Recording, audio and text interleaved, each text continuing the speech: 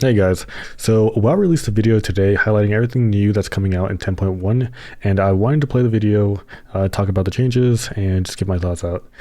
And yeah, let's get started. Hey folks, this is Kalani. Patch 10.1, the largest update since launch, and the next chapter of the Dragonflight story launches on May 2nd, and there is so much coming with this update. We have a brand new zone, the Zaralek Cavern, a new faction to befriend with renown rewards to unlock, Season 2 of Dragonflight that introduces a new 9-boss raid, an entire new rotation of dungeons for Mythic plus Key. Since I main a tank, I've been watching videos on guides on all of these to see what's the best strategy to how to go about tanking, and what's the best like shortcuts and stuff like that. And I think a lot of people are probably doing that right now. Keystones, affix changes and updates, cross-faction guilds, new public events and activities, profession updates, dragon riding options, class balance tuning, and more. I think all these changes, all these things coming out, they're all very, very good for the game. This new camera zone looks very good. Like, it looks actually nice, appealing, not like kind of like just a dead area. It looks very like lively. I'm pretty sure that you're gonna see just people flying up and down this. Yeah, it looks nice. I like it. Everything they have listed here, I just think it's really good for the game. A lot of things are gonna come out. So let's go through everything coming in patch 10.1 Embers of Neltharion. First up, the new zone, the Zaralek Cavern. This is the first zone that we've seen that is directly underneath another zone in the game. The cavern is deep underneath the Dragon Isles, hidden away from prying eyes until now. And I'm pretty sure this zone, how you enter it, they released a cinematic video a couple of days ago where they showed the earth and the ice dragons shooting down at the ground in a what do we call it, like a inside a hole basically, and then the fire dragon like diving down, making a hole, and basically that's where I'm thinking this is going to be like located at. And I think that was near the like Naku defensive area. Yeah, that's what it looked like, because in the video, in the beginning of the video, there was a guy that was walking up towards them wondering like who they were, and they ended up like killing the dude. And yeah, that's where they started out like doing their plan and making the whole underground. And I'm pretty sure this is where we're gonna enter. So it's gonna be like right next to where the Valdraken city is. The primal incarnates are on the move, and the dragon aspects need our help to track them down and figure out their plans before it's too late. This leads into the beautiful cavern with a deadly secret, Neltharion's long-lost laboratory. Who knows what ancient powers the primalists are after, and what they could achieve if they succeed. Strangely, the primalists aren't the only ones seeking what remains of Neltharion's legacy, so we'll be fighting on multiple fronts. How we get to the Zaralek Cavern is also quite special. The primal incarnates bore massive tunnels down into Zaralek in their search for... Okay, yeah, so in the cinematic, this is where the fire dragon basically, he dove down making this hole, and there was another city there. Neltharion's secrets, tunnels that we'll be using to chase after them. You can drag and ride all this looks really cool. Seamlessly load into the zone. No portals, no boats or zeppelins, and most importantly, no loading screens. It's a fantastic experience. The zone is split into various biomes with different inhabitants. Some of them... Man, it actually looks very huge, like very open, like... Looks nice. Different inhabitants. Some of them seem quite happy to help, so we have new friends to work alongside, but others are definitely less hospitable, so there are some new enemies here too. Zaralek Cavern also has so many rares to kill and events to take part in, so... Okay, that's a lot more rares than I would have thought. That's like showing up in this like place. I would have thought like way less, like half of this probably. Yeah, it looks nice though. Keep an eye on your map for new activities while you're exploring the zone. There's even a snail racing track, so if you think a snail racing track, you've got what it takes to be the best snail trainer and racer the Drogbar have ever seen, the Glimmerog Games are waiting for you. Okay, that'll be fun just to test. The races we'll be interacting with in patch 10.1 are the Niffen, a friendly race of mole people who rely on their sense of smell. We'll need their help to traverse this odd landscape, so earning their favour is going to be important. They will even take you spelunking through hidden caves in the new Sniff and Seeking minigame. You'll need to use your friend's knack for sniffing and digging to solve puzzles, avoid traps, and claim your rewards. Speaking of rewards, we have a whole new renown track to progress through for the Niffin. You can earn new gearing options, dragon riding customizations, upgrades to the Sniff and Seeking minigame, plenty of cosmetics, and more. Okay, so I like that. Like these new pets, or like basically like helpers that allow you to do different things in this new zone. I think that's very nice. Like a very cool feature for them to add. Yeah. All right, let's see what's new, Season 2. Patch 10.1 also brings us to Season 2 of Dragonflight with all new content and rewards. Starting with the new raid, Embers, the Shadowed Crucible. Delve into the lost secret laboratory of Neltharion and discover the depths of his madness. Battle against horrific failed or forgotten experiments, enraged Stakali warbands, loyal wardens of Neltharion, and even echoes of the Earth Warder's presence, all in an effort to ensure whatever dark power lies here doesn't fall into the wrong hands. And of course, walk away with some very shiny loot. As for the Mythic Plus system, Season 2 will bring an entire new rotation of dungeons to master. We'll be tackling the Brackenhide Hollow. So I have seen the loot that's going to drop and what level mythics you can do based on your gear level right now. Let me know if you guys want a video on that, because yeah, there's a spreadsheet, not that my guild made, but they found online somewhere, and it highlights basically all the gear they can get for your class, what level of mythics you can do based on your certain item level, and it's just very detailed, like informative sheet, and I can go over that over like a video and then like share the sheet on a link like below that video.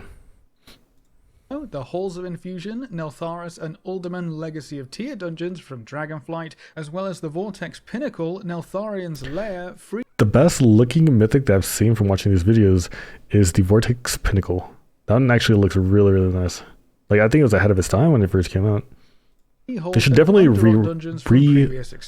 they should definitely revamp the graphics on it. I think it would look just so amazing. Like expansions. Mythic Plus affixes will also see some big changes, with some being removed from the rotation, new options joining the pool, and balance changes for others. There's also no seasonal affix this time, so progressing through dungeons will be quite different when compared to Season 1. Season 2 also introduces all new class tier sets with new bonus effects to change up how your class or spec works and give you new.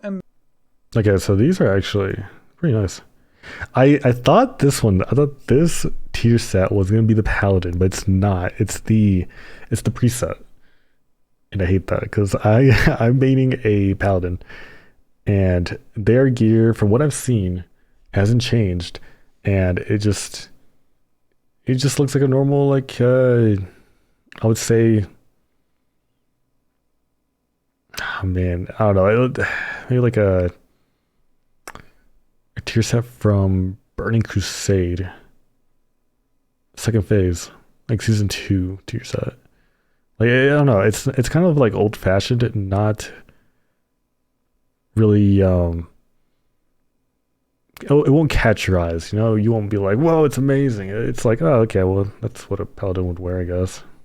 With new bonus effects to change up how your class or spec works and give you new. Okay, we can rate this. Actually, we can rate this. So actually, let's look at this. So this is definitely number 1 for me right now. I'll say this is 2, 3, and then 4. Just off of these 4 right here. Sets to collect.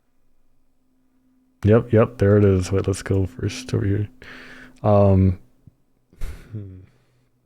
think on this one, the monk wins it, and the demon hunter next. And that would say this might be rogue. Warrior, and then this one I'm not sure which class that is. Maybe evoker.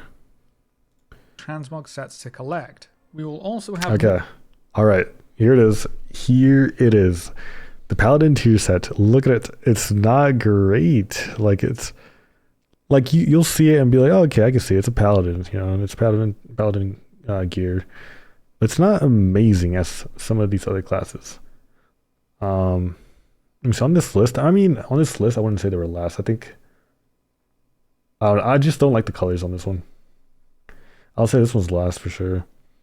This one's probably first. We'll go with this one. And then I don't know, I feel like you can go either way. With this one being second and then third. Or this one's second and third. I'm just not a fan of the robe. I've never been a fan of the robes. Like I've never added them to my character. And like my paladin, I always change. Like if their tier set comes with the robe, I always change it to just like leggings. It's just not a good look.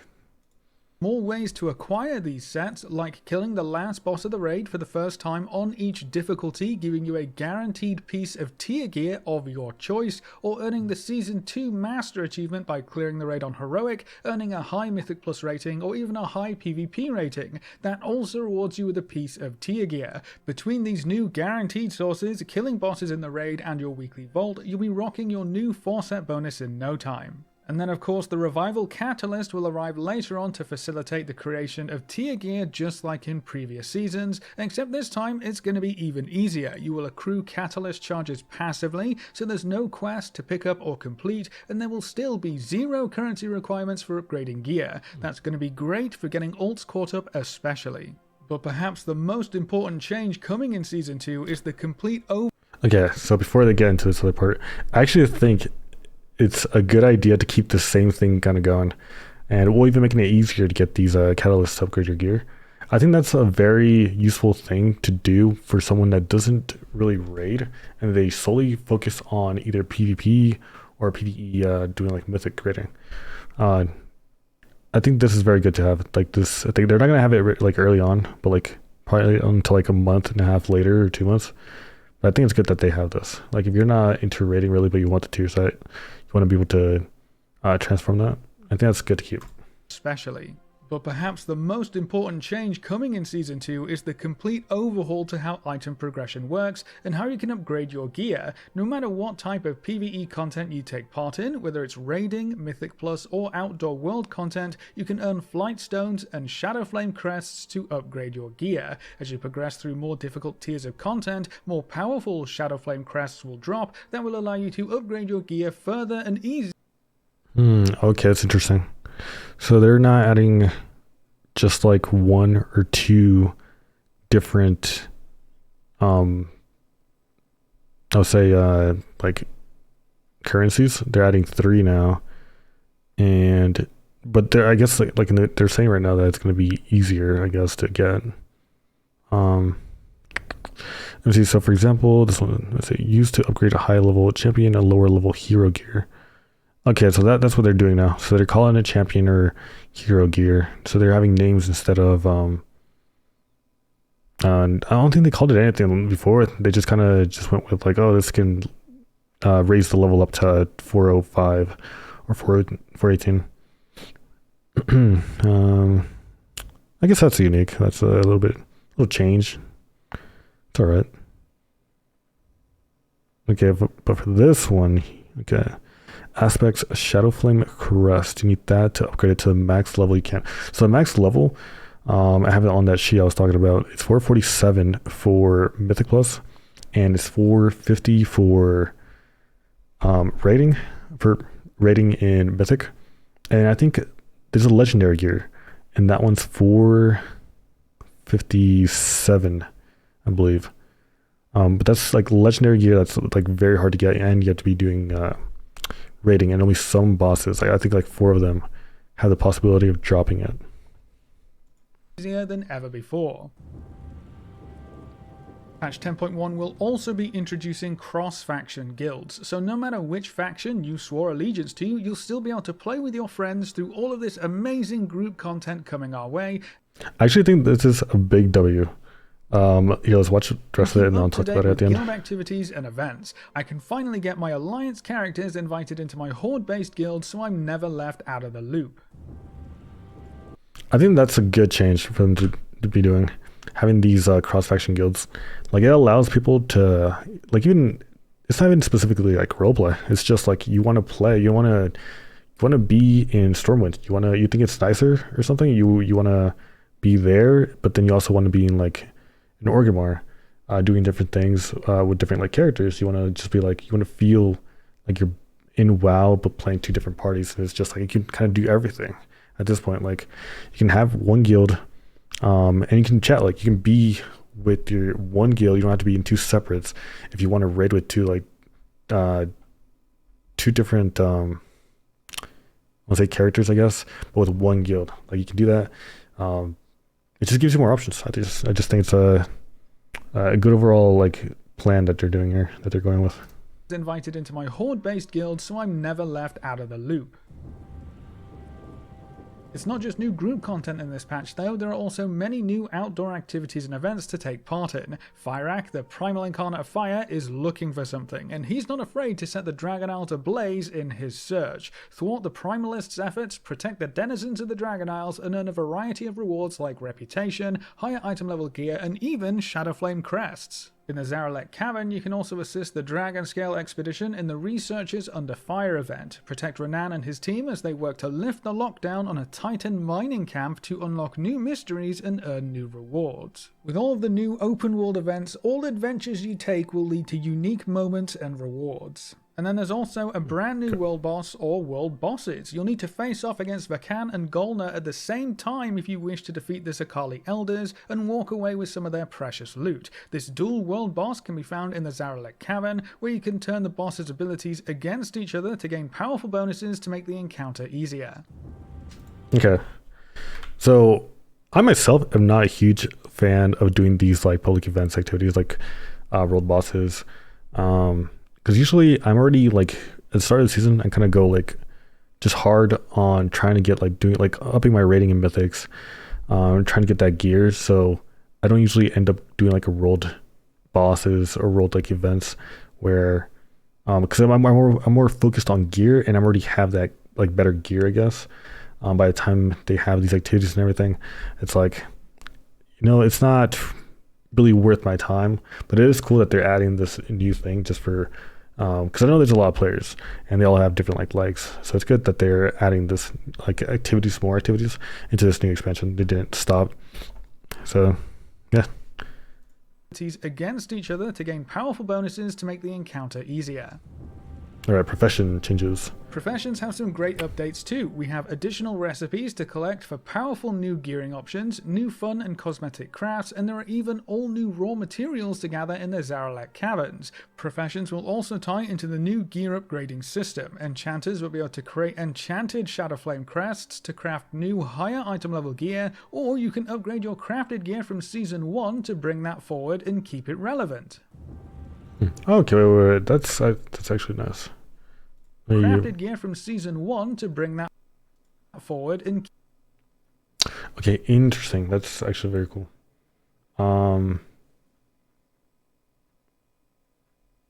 Yeah, okay. So if you have something from Season 1, they're saying that you can craft, using that same item, you can add on to it to craft it to make it a relevant level, I guess. I'm just thinking, I don't know, the possibility of your item level that you have now though still being relevant given all the new trinkets and rings and everything that's kind of coming out. I feel like even if it was relevant, it's not going to be like a BIS option for you.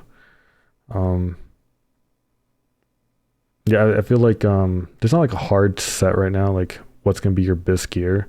I feel like in any video really until because they're still making changes on like everything. Like there can be something really good but then gets nerfed, and they've been doing this kind of like every like 3 days or 2 days. They've been kind of like doing these hot fixes, testing things out in PTR. But it's like we're so close to the next to the patch basically. I feel like after like this Friday they won't really do much, so I would say videos coming out on Friday, Saturday, those are probably going to be the last ones. Like there's probably gonna be videos already like on what your BIS gear is, because there's not that many changes they can do in a short amount of time before the new season comes out. Keep it relevant. We also have some fun additions for dragon riding. There are all new glyphs to collect throughout the Zaralek Cavern and talents to unlock, like ground skimming, which lets you regenerate vigor while flying close to the ground, even at low speed. There's also Land's Blessing, which improves the efficacy of ground skimming, so you'll be able to stay airborne much longer, even if you aren't soaring through the skies. And to top it off, there's a brand new dragon riding drake to collect and customize. I like this dragon, like the animation for when it popped up. Ooh, that's so nice too. There's a brand new dragon. It kind of comes under and then up like that, like a snake kind of movement. Riding drake to collect and customize. The winding slither. I don't have like any cool gear really for my dragon. I have like the base dragon stuff for like it's for like the last dragon you get. I haven't really added anything to him, but if you can actually start getting like this type of like, I guess like helm on your dragon and this other stuff like added, because so the dragon armor you can get right now, some of it is similar to this. I wouldn't say like I think this is new. I feel like this part, this armor has on its like feet and its back and its tail. That is something that's out right now.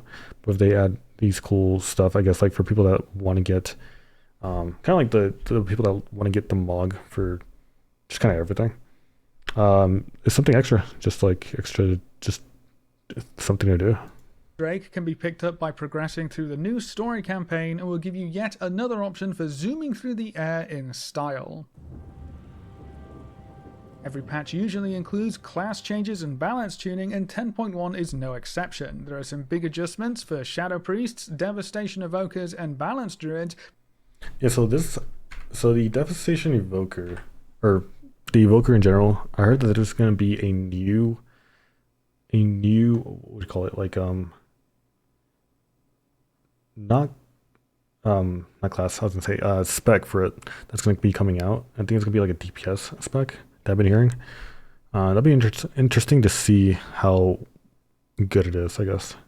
Yeah, we'll find out more probably in the next like 3 days or something.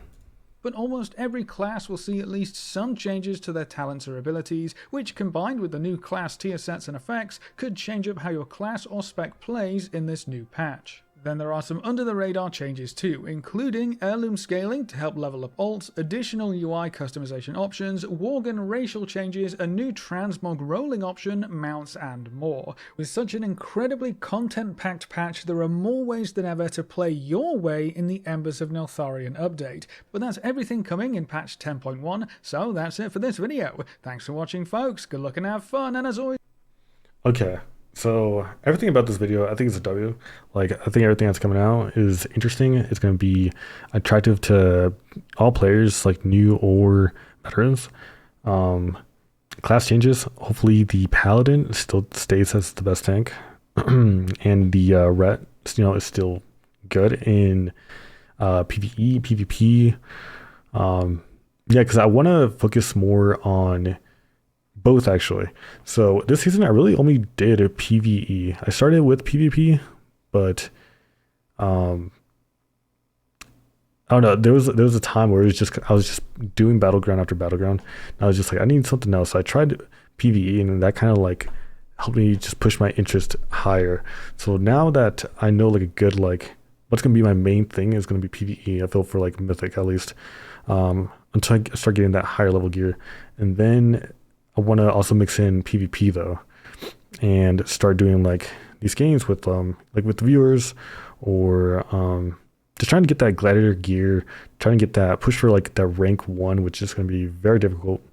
But it's just gonna gives me a goal, I guess, to keep playing like WoW and just trying to get the the highest rating, to be in the top 1%, and both in PvP and PvE. And I feel like a lot of people are going to have that mindset, I guess, to be the best. Like, because I feel like honestly this patch, it's going to bring attention, or it's going to bring a lot of I guess willingness to a lot of people to be the best, just because a lot of people are going to be playing this expansion, and I feel like they're just going to be like, their egos are just going to be like up there, like trying to be the best, so they can kind of be like showing off to their friends and everything. And yeah, and I feel like this expansion is going to do just that.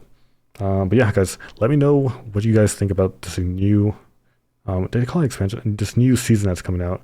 Let me know what you guys think. Let me know if your class, you think it's still going to be relevant. And these new things that they're adding in this new season, if they're good. Or do you think that it's not really like a big deal? Are you just going to focus on PvE? It's totally fine, or PvP. Yeah, we'll see, because they're also going to have like new mounts for Keystone Master. There's going to be a mount for that, and then a Gladiator mount. And yeah, I haven't seen those yet, but I'm pretty sure, because season 1 was really nice. Like the PvP was way nicer than PvE, but hopefully they up the just amount for the PvE. That's all I'm asking for, really. It's just a better amount for PvE. PvP, we'll see if we can even push for it, because it does get difficult going into that higher rating. But yeah, guys, like, subscribe, let me know what you think in the comments, and I'll catch you guys later.